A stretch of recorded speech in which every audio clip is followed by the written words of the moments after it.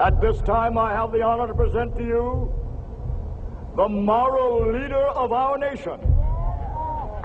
I have the pleasure to present to you Dr. Martin Luther King. I have a dream that my 4 little children will one day live in a nation where they will not be judged by the color of their skin, but by the content of their character. I have a dream today.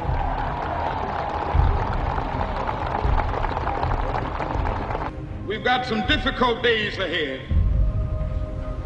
but it really doesn't matter with me now because I've been to the mountaintop. But we refuse to believe that the Bank of Justice is bankrupt. But somewhere I read of the freedom of assembly. Somewhere I read of the freedom of speech. Somewhere I read of the freedom of press. Somewhere I read that the greatness of America is the right to protest our rights. Like anybody, I would like to live a long life. Longevity has its place. But I'm not concerned about that now. I just want to do God's will. And He's allowed me to go up to the mountain. And I've looked over and I've seen the promised land.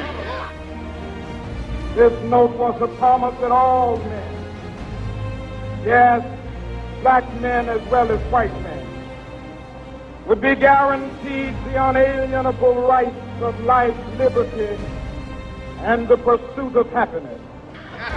But I want you to know tonight that we as a people will get to the promised land. We shall overcome. Deep in my heart, I do believe we shall overcome.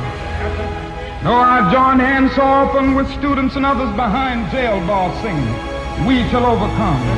Sometimes we've had tears in our eyes when we joined together to sing it, but we still decided to sing it.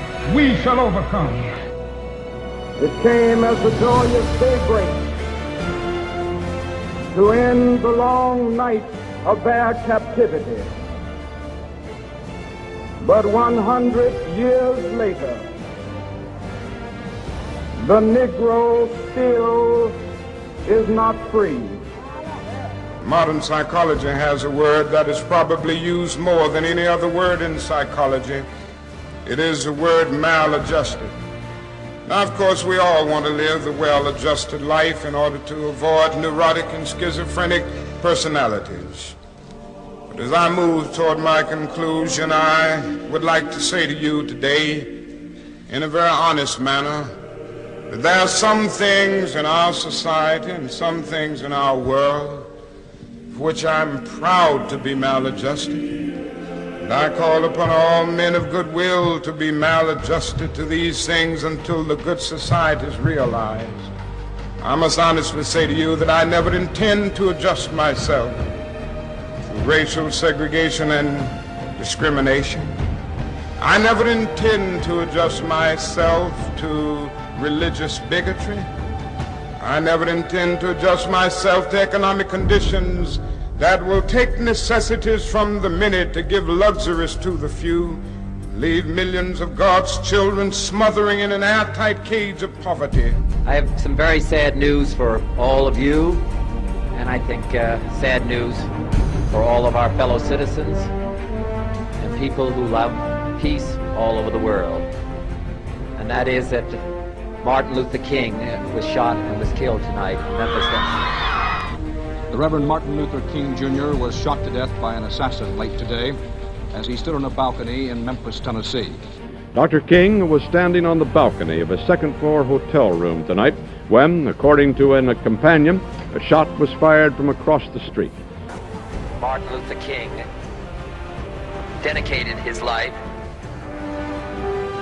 to love and to justice between fellow human beings.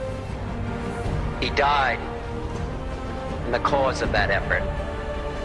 Or we can make an effort, as Martin Luther King did, to understand and to comprehend, and replace that violence, that stain of bloodshed that is spread across our land, with an effort to understand, compassion, and love.